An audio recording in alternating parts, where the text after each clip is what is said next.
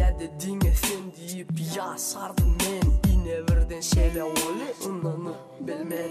Yeke koydun beni yalnız dolama diyen ne sana.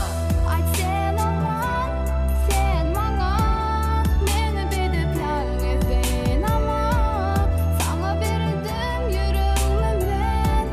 Kalbimın saylan edine sen. Özgeni söyüp indi ayrıldın. Canım kırdığın anların gülümen. Neyle sürgü yarmanı taydı. Bir babolunun yürüğüne bak.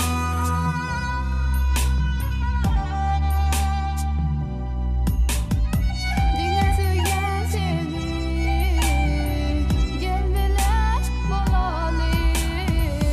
Düşün ay sana tay olup bilmen.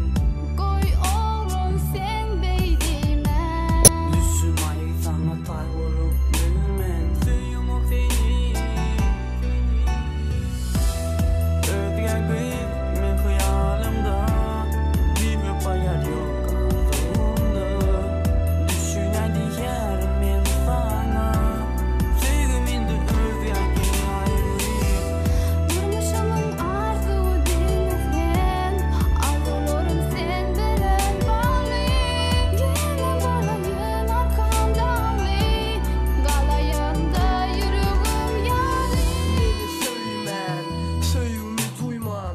Özgeleri söyüp sen yeke koydun beni. Gittin söygü sözüm aytma, gittin söyüğünü bermen. Gittin sen nerdin çektirip özgeleri.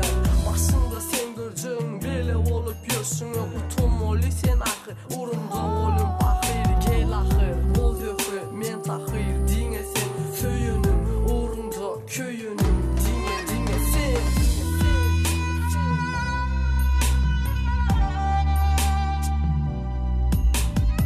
Dünya söyleyen seni gel bile bolalı.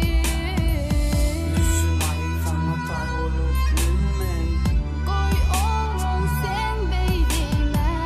Düşün ay sana tay olup bilmen. Özgeni sevme. Yok. Ay sen olan, sen bana beni bilip yalnızdın ama sana vereyim yüreğimi. Kalbimin saylan edine sen. Özgeni söyüp indi ayrıldın.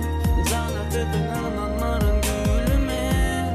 Neyle sürgü yar bana taydı. Bir babolunun yürüğüne bak. Seni arzularım benim. Bilsem yedizim senin bilen.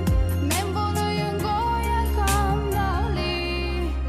Kalay yanımda yüreğim yalı. Canım sen böyle söyünü sen özün isledin. Seni verip yüreğine söyünümü bilsedin. Ol giden gelmeyecek günlerimiz yatlap. Arzımı ayan